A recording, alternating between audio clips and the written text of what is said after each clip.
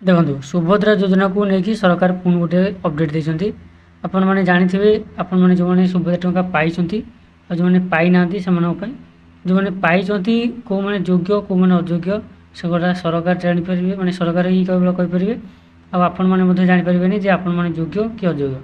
ଯଦି ଆପଣଙ୍କ ଆକାଉଣ୍ଟକୁ ଟଙ୍କା ଆସିଲା ତାହେଲେ ଆପଣ ଯୋଗ୍ୟ, ଯଦି ଆପଣଙ୍କର ଆକାଉଣ୍ଟକୁ ଟଙ୍କା ନ ଆସିଲା ତାହେଲେ ଆପଣ ହେଲେ ଅଯୋଗ୍ୟ। ଏଇଟା ହେଉଛି ଆପଣ ମାନେ ନିଜର ରୁଲ୍। କାରଣ ସରକାରଙ୍କର ଯେଉଁ ଗାଇଡ଼ଲାଇନ୍ ଦେଇଥିଲେ ସେ ଗାଇଡ଼ଲାଇନ୍ ହିସାବରେ କିଛି ଫଲୋ କରୁନାହାନ୍ତି। କାରଣ ଯେଉଁମାନେ ଅଯୋଗ୍ୟ ହିତାଧିକାରୀ ସେମାନେ ମଧ୍ୟ ଟଙ୍କା ପାଇଛନ୍ତି, ଆଉ ଯେଉଁମାନେ ଯୋଗ୍ୟ ହିତାଧିକାରୀ ସେମାନଙ୍କୁ ମଧ୍ୟ ଟଙ୍କା ମିଳିନାହିଁ। ଏବେ ବି ମଧ୍ୟ ରିସେଣ୍ଟଲି କିଛି ନ୍ୟୁଜ୍ ମଧ୍ୟ ମିଳିଥିଲା, କେତେ ଗୁଡ଼ିଏ ଜାଗାରେ ମହିଳାମାନେ ଧାରଣା ମଧ୍ୟ ଦେଇଥିଲେ, ମାନେ ସରକାରଙ୍କର ଏଇ ଯେଉଁ ଇଏ ପାଇଁ ଜିଲ୍ଲାପାଳକୁ ମଧ୍ୟ ବିରୋଧ ମଧ୍ୟ କରିଥିଲେ ଯେ କାରଣ ସେମାନେ ଯୋଗ୍ୟ ହିତାଧିକାରୀ ହେଇକି ମଧ୍ୟ ସେମାନଙ୍କୁ ସୁଭଦ୍ରା ଟଙ୍କା ମିଳିନଥିଲା। ପୁଣି ଗୋଟେ ଅପଡେଟ୍ ଦେଇଛନ୍ତି ସରକାର ଯେ କେଉଁ ଲୋକମାନଙ୍କର ସୁଭଦ୍ରା ଯୋଜନାରୁ ପୁଣି ସେମାନଙ୍କର ନାଁ କଟିବ ଆଉ କେଉଁମାନଙ୍କୁ ଆଡ଼୍ ହେବ। ଚାଲନ୍ତୁ ଏହି ଭିଡ଼ିଓରେ ଜାଣିବା। ଯେଉଁମାନଙ୍କର ଟଙ୍କା ଯାଇନାହିଁ ଅଯୋଗ୍ୟ ହିତାଧିକାରୀ ହିସାବରେ କାଟି ଦିଆଯାଇଥିଲା, ଯଦି ସେମାନେ ଯୋଗ୍ୟ ଅଛନ୍ତି ସବୁ ଯୋଗ୍ୟ ହିତାଧିକାରୀକୁ ବର୍ତ୍ତମାନ ଟଙ୍କା ମିଳିଯିବ।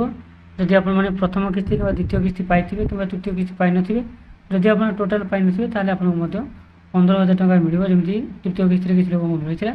ଆଉ ଯଦି ଆପଣମାନେ ପ୍ରଥମ କିସ୍ତି ପାଇଛନ୍ତି, ସେକେଣ୍ଡ ଆଉ ଥାର୍ଡ଼ ପାଇନାହାନ୍ତି କିନ୍ତୁ ଆପଣ ଯୋଗ୍ୟ ହିତାଧିକାରୀ, ଏବେ ମଧ୍ୟ ଯାଞ୍ଚ ଚାଲିଛି, ତାହେଲେ ଯଦି ଆପଣ ଯୋଗ୍ୟ ମାନେ ଲିଷ୍ଟରେ ରୁହନ୍ତି ତାହେଲେ ଆପଣଙ୍କୁ ମଧ୍ୟ ରେଷ୍ଟ 10,000 ଟଙ୍କା ମିଳିଯିବ।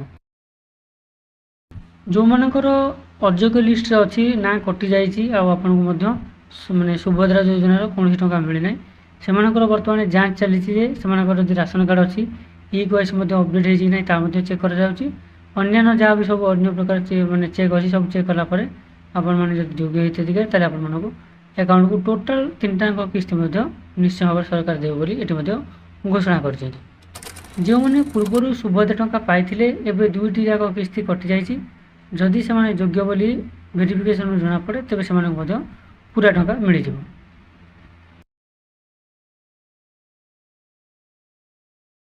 ସରକାର ଏଥି ମଧ୍ୟ ଅପଡେଟ୍ କରିଛନ୍ତି ଯେ ଯେଉଁ ହିତାଧିକାରୀମାନେ ପ୍ରଥମ କିସ୍ତି ପାଇଛନ୍ତି ଏବଂ ପରେ ଦ୍ୱିତୀୟ କିସ୍ତି ପାଇବା ବେଳକୁ ତାଙ୍କ ନାଁ କଟିଯାଇଥିଲା ସେମାନଙ୍କର ମଧ୍ୟ ଭେରିଫିକେସନ୍ ପୁଣି କରାଯିବ ଆଉ ସେମାନଙ୍କୁ ମଧ୍ୟ ସୁଭଦ୍ରା ଯୋଜନାରେ ଆଡ଼୍ କରାଯିବ। ପୁଣି ଯେଉଁମାନେ ପୁଣି ସେଥିରୁ ଯୋଗ୍ୟ ବୋଲି ଆଡ଼୍ କରାଯିବ ସେମାନଙ୍କୁ ପୁଣି ପ୍ରଥମ କିସ୍ତି ଯେଉଁମାନେ ପାଇଥିବେ ସେମାନଙ୍କୁ ଦ୍ୱିତୀୟ ଏବଂ ତୃତୀୟ କିସ୍ତି ମିଶାଇକି 10,000 ଟଙ୍କା ଦିଆଯିବ। ଯଦି ଆପଣମାନେ ଟୋଟାଲ୍ ପାଇନଥିବେ ପ୍ରଥମ ଥର ଆଡ଼୍ ହେବେ ତାହେଲେ ଆପଣଙ୍କୁ 15,000 ଟଙ୍କା ମଧ୍ୟ ଦିଆଯିବ। ସରକାରୀ ଯୋଜନା ବିଷୟରେ ସବୁବେଳେ ଅପଡେଟ୍ ପାଇବା ପାଇଁ ଆମର ଏହି ଚ୍ୟାନେଲକୁ ସବସ୍କ୍ରାଇବ୍ କରିବା ସହିତ ପାଖରେ ଥିବା ନୋଟିଫିକେସନ୍ ବେଲ୍ଟା ମଧ୍ୟ ଅନ୍ କରି ରଖିଥାନ୍ତୁ।